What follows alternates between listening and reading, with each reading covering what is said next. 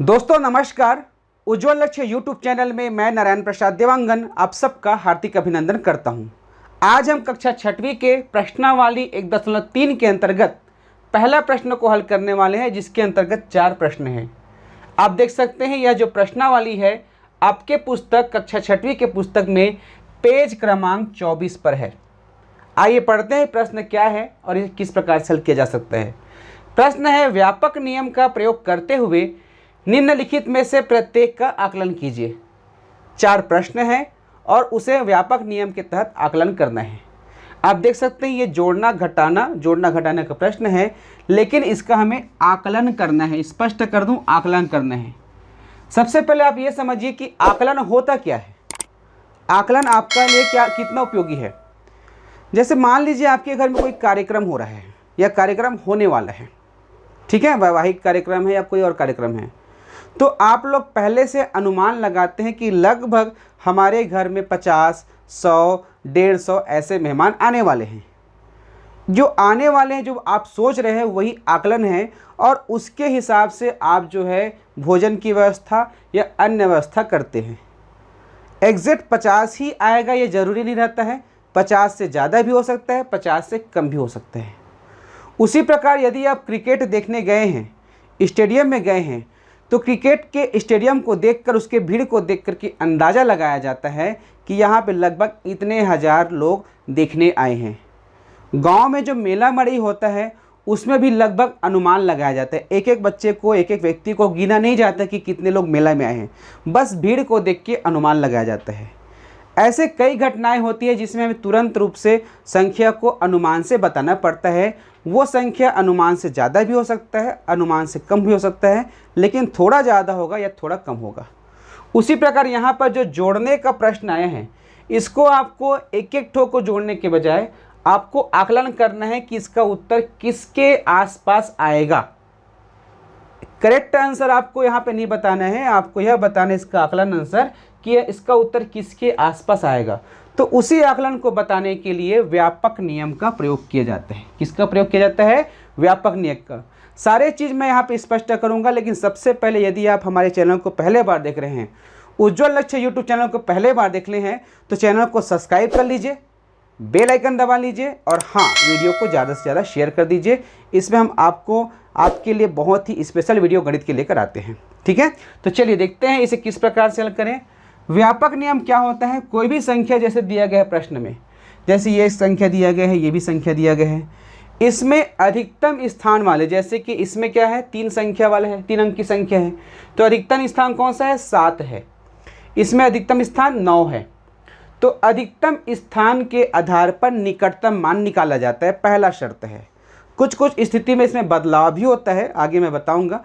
तो पहले नियम के हिसाब से देख लीजिए, जो इसका व्यापक नियम है, अधिकतम स्थान के आधार पर निकटतम मान ज्ञात किया जाता है। तो सबसे पहले को हल करते हैं। तो पहला देखिए, पहला कितना है? 730 धन 998, ठीक है। इसका हम आकलन करने वाले हैं। तो हम क्या देखते हैं, यह जो है 3 अंकों की संख्या है, इकाई, दहाई, सैकड़ा, इकाई, दहाई, सैकड़ा। तो हम क्या करेंगे, दोनों संख्याओं को सैकड़ा तक निकटतम करेंगे। कितना तक निकटतम करेंगे? सैकड़ा तक। तो इसे लिखेंगे 730 का सैकड़े तक सन्निकट, ठीक है। सन्निकट अर्थात ये होता है निकटतम मान। तो 730 तक क्या हो जाएगा इसका? बराबर 700। क्या हो जाएगा? 700, क्योंकि सैकड़ा में 7 है और 7 के बाद देख सकते हैं 3 है, दहाई में 3 है। यदि इसकी वैल्यू, इस 3 की वैल्यू 5 या 5 से ज़्यादा होता तो ये 7 जो है 8 होता, और 5 से कम है, आप देख सकते हैं 3 है, तो इसके मान में कोई बदलाव नहीं होगा। इसे 700 के आसपास माना जाएगा। उसी प्रकार 998 का भी हम किस में करेंगे? सैकड़ा तक निकटतम करेंगे। तो इसमें देख सकते हैं 900 किस में यहाँ पर है, और उसके बाद जो संख्या है दहाई में वो है 9, जो कि 5 से ज़्यादा है, अतः ये 9 हो जाएगा 10, तो इसका हो जाएगा 1000। 1000 अर्थात 1000। अब इसी को आपको जोड़ना है।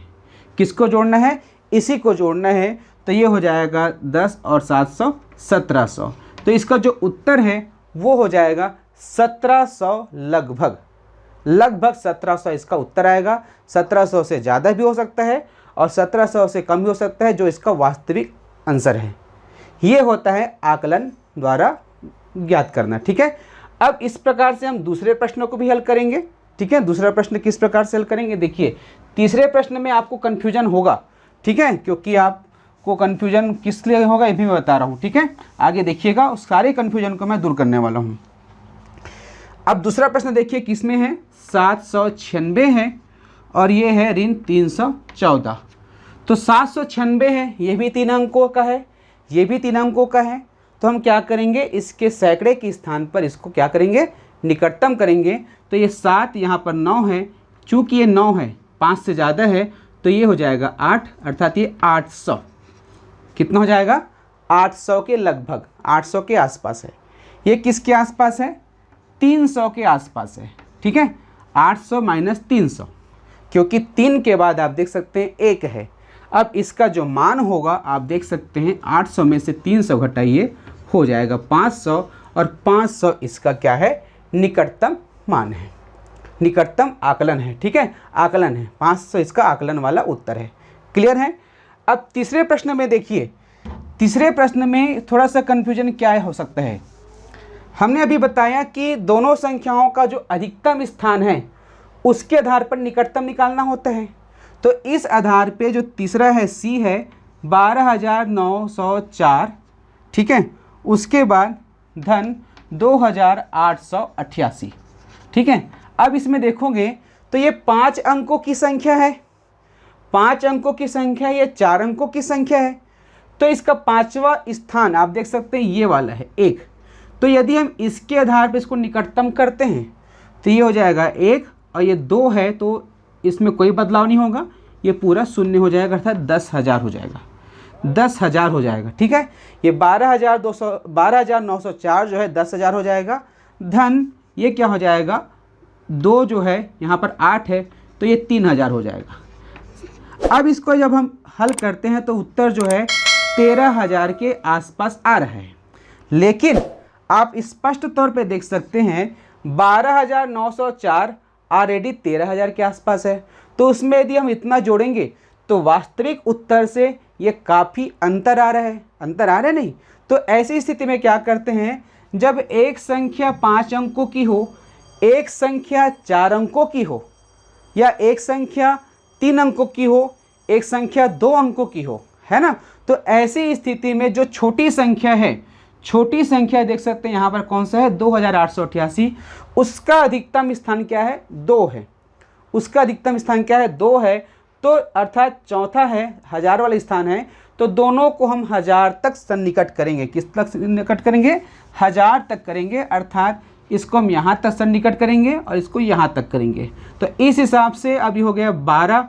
ठीक है, अब इसके बाद ये 9 है तो ये शून्य हो जाएगा और ये हो जाएगा 3, अर्थात हो जाएगा 13,000। ये हो जाएगा 13,000 और ये हो जाएगा 3,000।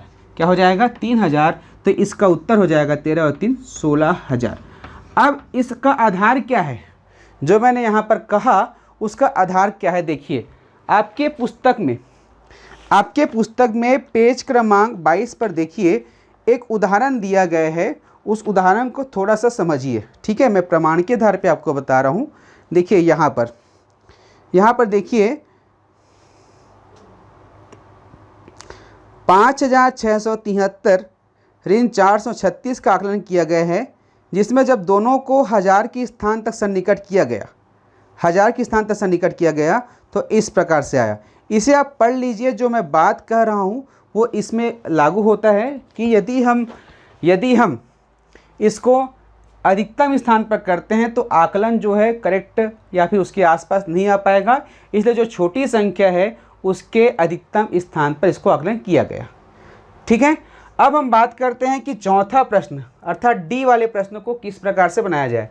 तो डी वाले प्रश्न आप देख सकते हैं 28,292 है और 21,496 है। इसको हल करते हैं। देखिए इसमें भी अधिकतम स्थान पर सबसे पहले निकटतम करके देखेंगे आता है कि नहीं आता है। तो इसमें देखेंगे अधिकतम कितना है, देखिए सबसे पहले 28,292, ऋण 21,496।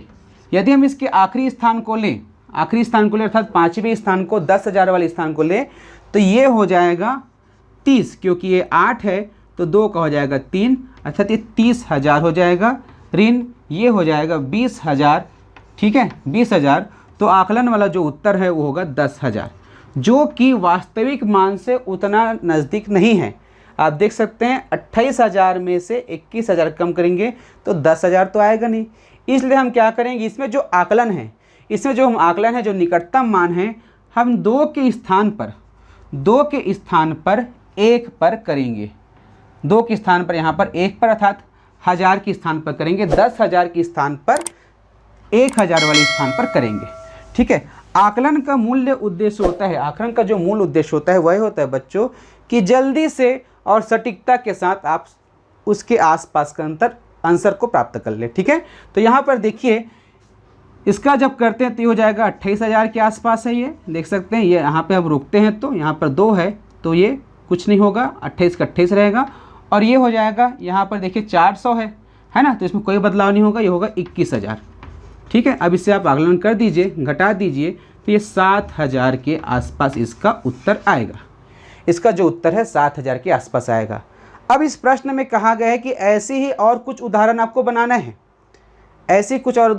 है, जिसके माध्यम से जोड़ना घटाना का आकलन किया जा सके। तो आप अपने मन से 5-6 प्रश्न बना देना। जैसे कि एक प्रश्न मैं बना रहा हूँ, जैसे कि 636 धन 780। ठीक है, इसको हमने बना दिया। अब देखिए इसका आकलन करेंगे, ये किसके आसपास है, ये है 600 के आसपास, सैकड़ा के स्थान को देख लीजिए। ठीक है, ये किसके आसपास है, ये 800 के आसपास है, अर्थात इसका जो उत्तर है 8 6 14, 1400 होगा। ठीक है, 1400 होगा। तो इस प्रकार से हमने पहले प्रश्न को हल किया। अगला वीडियो आ चुका है, उसे जब आप टच करेंगे तो इसी प्रश्नावली का दूसरा प्रश्न आप देख सकते हैं। उज्ज्वल लक्ष्य यूट्यूब चैनल आपको कैसा लगा कमेंट करके अवश्य बताइए और अपने सुझाव कमेंट बॉक्स में दीजिएगा। नमस्कार।